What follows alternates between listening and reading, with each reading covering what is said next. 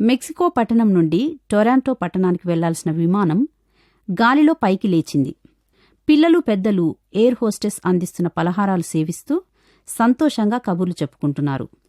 ఓ గంట ప్రయాణం తర్వాత విమానంలో చిన్న కుదుపులు. ఆ తర్వాత తలకిందులు అవసాగింది. ప్రయాణికులు భయంతో కేకలు వేస్తున్నారు. ఎవరి ఇష్టదైవాన్ని వారు ప్రార్థిస్తున్నారు. కొన్ని నిమిషాలయ్యాక ఎలాగోలా అత్యవసర పరిస్థితిలో పైలట్ విమానాన్ని ఓ మైదానంలో దింపాడు. అందరూ ప్రాణాలతో బయటపడ్డారు. వారి వారి అనుభవాలను వార్తాపత్రికలతో, టీవీ ఛానళ్ల విలేకరులతో పంచుకుంటున్నారు. ఈ హఠాత్ పరిణామానికి ఏమాత్రం జంకు గొంకు లేకుండా గంభీరంగా కూర్చున్న ఓ పాపను ఒక విలేకరి, పాపా, నీకు భయం కాలేదా అని ప్రశ్నించాడు.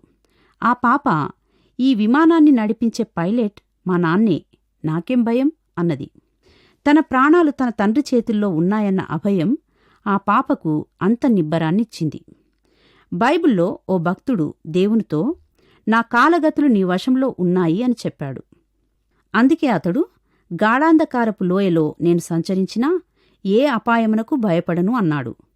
మనం కూడా దేవుని అభయహస్తం మనకు ఎల్లవేళలా తోడుగా ఉంటుందన్న నమ్మకంతో ధైర్యంగా నిబ్బరంగా ఉందామా?